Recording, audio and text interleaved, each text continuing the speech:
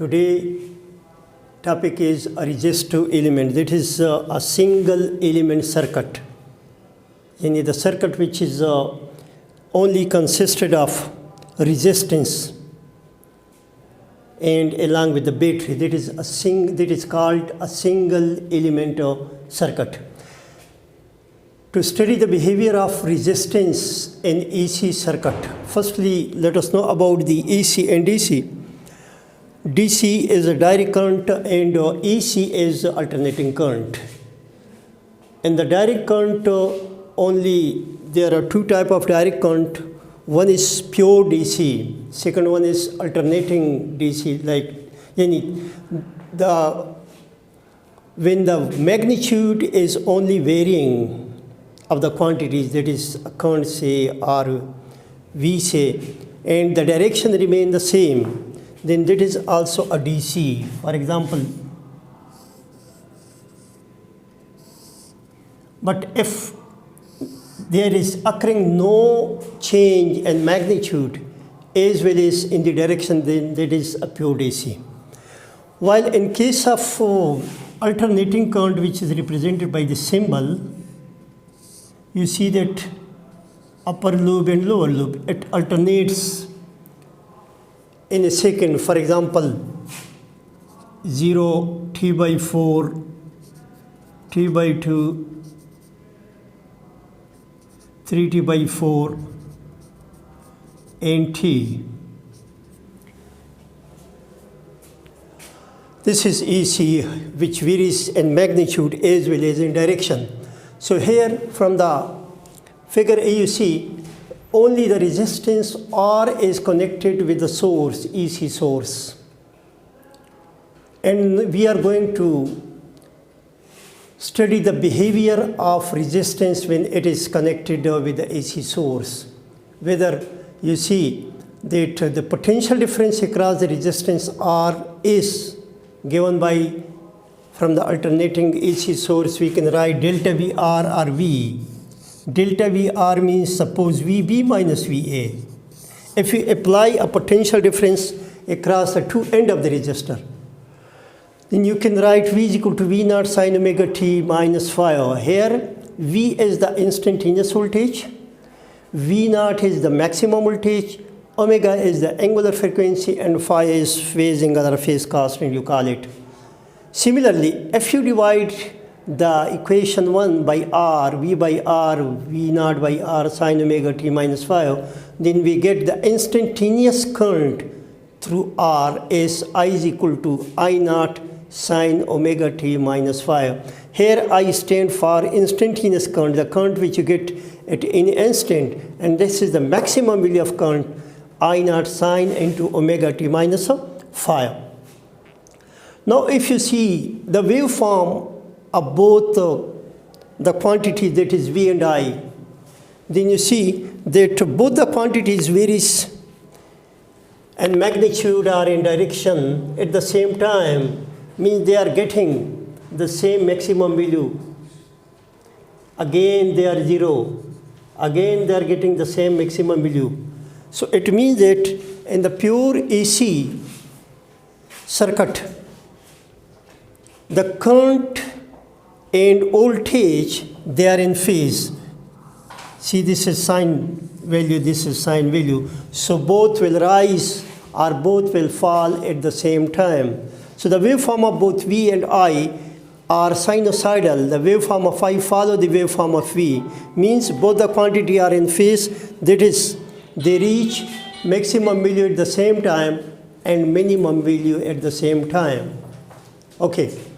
Hence, it means that a purely resistive circuit, quantities V and I, they are in phase. Rather than out of phase, they are in phase.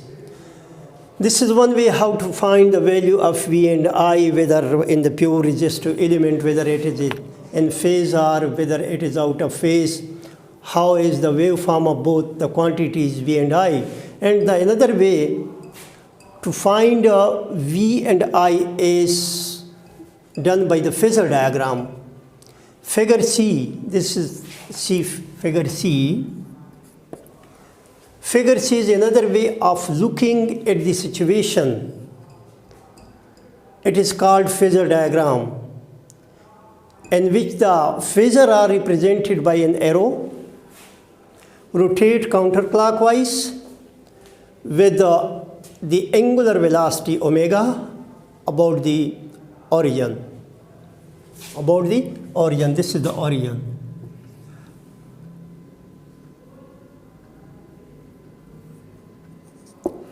The length of the phasor is proportional to the maximum value of alternating quantities for a potential difference in current I. If the phasor rotate counterclockwise, then you are getting the value. How you are getting the value? You will draw the projection on the vertical axis. For example, this is the vertical axis for you. And the projection on vertical axis will give you the quantities of V and I, whether they are getting maximum value or the value is not maximum. Maximum value of the alternating quantity for the potential difference in current I. The projection of phasor on the vertical axis gives the instantaneous value of current and voltage. When it rotates, it will give you the instantaneous value of current and voltage. Now we will show about how power dissipated across the resistance. Yes, we know that average power is P is equal to VI. Average power is P is equal to VI. So if you put the value, then you will find the average power dissipation. P average is equal to VI average, power dissipation.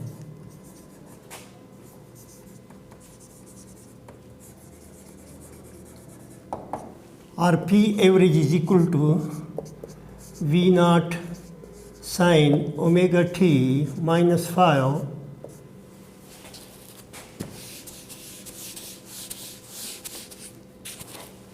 I naught sine omega t minus 5, or P average is equal to V naught I naught sine square omega t minus 5. But sine square omega t minus 5, this is equal to 1 by 2. So putting value P average is equal to V naught I naught divided by 2. Or you can write P average is equal to V naught divided by 2 under root I naught divided by 2 under root. Or P average, this is the power dissipation across the resistor when connected to the alternating source. So the electricity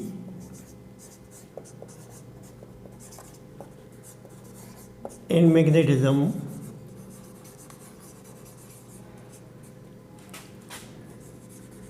one.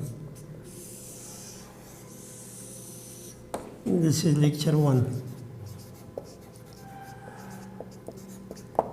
अगर कोई point हो, मसला हो तो आप लोग मुझसे पूछ सकते हैं. Thank you.